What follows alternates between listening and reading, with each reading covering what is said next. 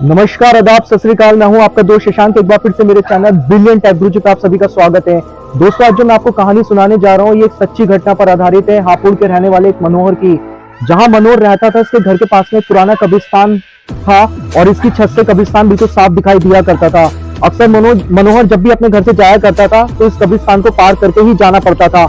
मनोहर के दो बेटे थे, एक का नाम विक्की और एक का नाम सनी। ये काफी शैतान हुआ करते थे, काफी शरारत किया करते थे अपने घर में। एक बार की बात है, मनोहर की बड़ी बेटी घर में आती है, सोनिया।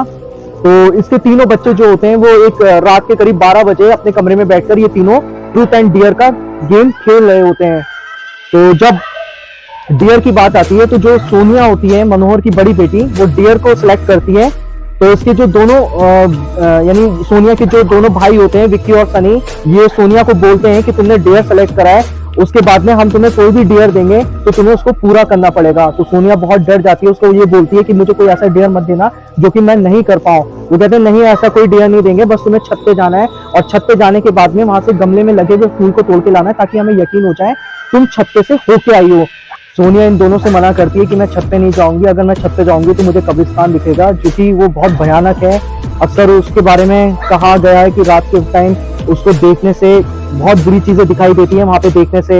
लेकिन डेयर होता है तो सोनिया को अपना डेयर पूरा करना होता है, क्योंकि वो दोनों जो उसके भाई होते हैं वो जबरदस्ती सोनिया को वो डेयर पूरा करने के लिए बोलते हैं, जिसकी वजह से सोनिया को रात के 12 बजे के करीब उसको अपनी छत पे जाना पड़ता है। सोनिया जैसे ही अपनी छत पे जाती है और जाने के बाद जैसे ही ये गमले में से फूल तोड़ती है तो सामने दिखाई दे रहे कब्रिस्तान पे इसकी नजर पड़ती है। तो ये क्या देखती है कि कब्रिस्तान पे जो पेड़ लगा हुआ है उसमें एक कोई जिस सर कटी हुई लाश लटकी हुई है, जिसे देखकर ये पूरी तरीके से बेहोश हो जाती है। जब बहुत देर हो जाती है तो उसके दोनों भाई सोचते हैं कि ये अभी तक आई क्यों नहीं। फिर ये दोनों छत पे जाते हैं तो देखते हैं कि सोनिया जो है वो वहां बेहोश पड़ी हुई है। इतनी ही देर में वहां पे मनोहर भी आ जाते हैं, तीनों के पिताजी, जो कि दोनों को बहुत डांटते हैं कि तुमने इसे ऐसा छत पे आने को क्यों बोला और इस तरह के गेम क्यों खेलते हो।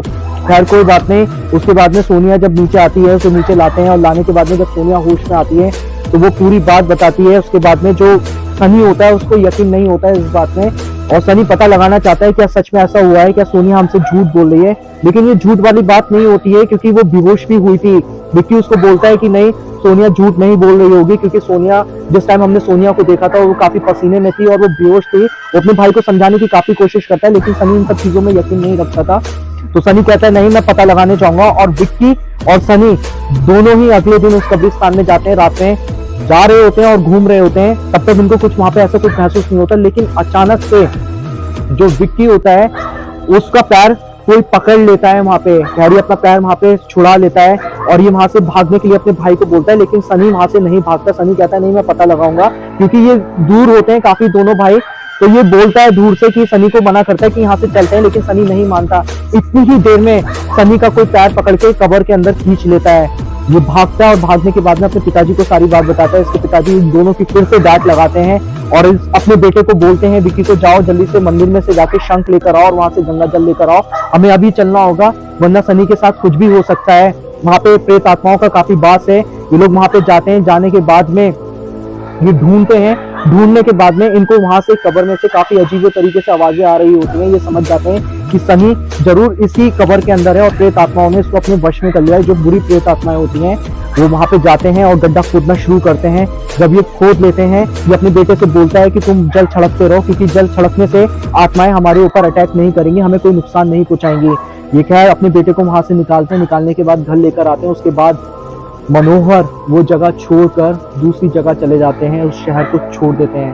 तो दोस्तों, कमेंट बॉक्स में आके बताएं क्या सच में इस तरह की घटनाएं होती हैं या प्रेत आत्माएं होते हैं या नहीं होती हैं। तो ज्यादा से ज्यादा हमारे चैनल को सब्सक्राइब कीजिए, लाइक कीजिए, शेयर कीजिए। धन्यवाद।